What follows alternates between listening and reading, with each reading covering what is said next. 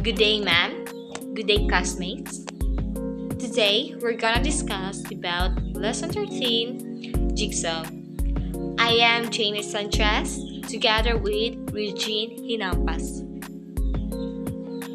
Objectives: discuss Jigsaw as an instructional strategy.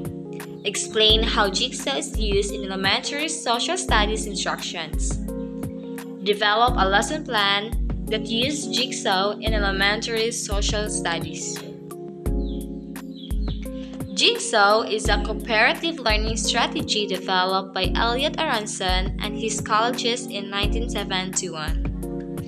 Created as a response to the racial desegregation in the 1970s.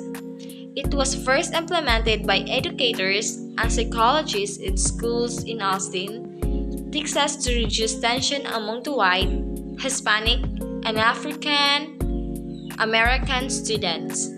The main objective was to encourage students to cooperate and work together and at the same time break down interpersonal barriers. The strategy successfully worked then, and today it is still being utilized by teachers as a popular instructional method in different subject areas. As a cooperative learning strategy, Jigsaw was founded on Vygotsky's social constructivism theory, which suggests that children develop knowledge through social interaction. The strategy was given such a name because the process resembles a jigsaw puzzle. Different parts of the lesson, compared to the puzzle pieces, are distributed among students, and they have to communicate and work together to arrive at the complete information. Jigsaw is very much applicable in many social studies lessons, particularly those with content that can be broken down for different groups to analyze. So, this is the steps of jigsaw puzzle. In the Jigsaw classroom, social psychologists network and Aronson outlined 10 steps in implementing this strategy. First, divide students into 5 or 6-person home groups. Second, appoint a leader for each home group. Third, divide the day's lesson into 5 to 6 segments. Fourth, assign each student in the home group to learn one segment. Number 5, give students enough time to comprehend and master assigned segment. Number 6, form temporary experts groups by instructing students with the same segments to sit together.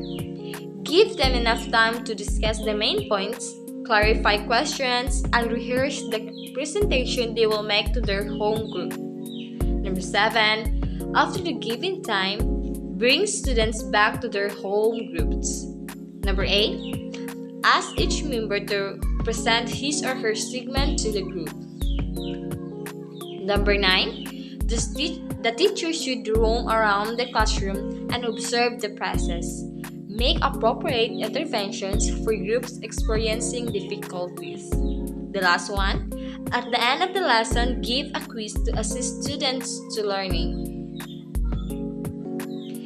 This is the original Jigsaw strategy that was developed by Aronson and his colleagues. Later on, different versions of the strategy were advanced by other educators. Those Jigsaw 2, Jigsaw 3, and Jigsaw 4 were born, which are varied the mode of grading and inserted home steps such as the group review and reteaching in the process. Advantages: the Jigsaw strategy is preferred by many educators because it has many benefits in the classroom. A study conducted by Hansi and Berger 2007 showed that after implementing Jigsaw, students demonstrated increased feelings of autonomy and intrinsic motivation. it promotes personal accountability of learning since students are required to master their segments independently, and it also encourages group collaboration, with students knowing that their information and understanding will not be complete without working and communicating with their peers. Moreover, JIGSAW instills a sense of ownership in learning, especially with the teacher acting as a mere facilitator instead of a direct transmitter of knowledge. Tips. Number 1. Emphasize that each member has a valuable contribution to the group. This will minimize the chances of smart students dominating the discussion while less able students talk less. You can also rotate the leadership so that all students will be given the opportunity to lead with the discussion. Number 2.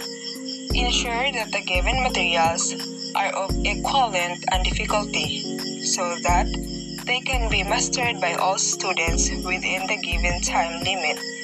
If this is not possible, assign the materials. Number 3. In some cases, teachers give the formation of expert groups, believing that the individually mastering the segment is enough. However, the expert group is helpful especially in clarifying points which some students might find difficult to understand. So as much as possible, allow sufficient time for interaction among expert groups to ensure rich and deep discussions among students.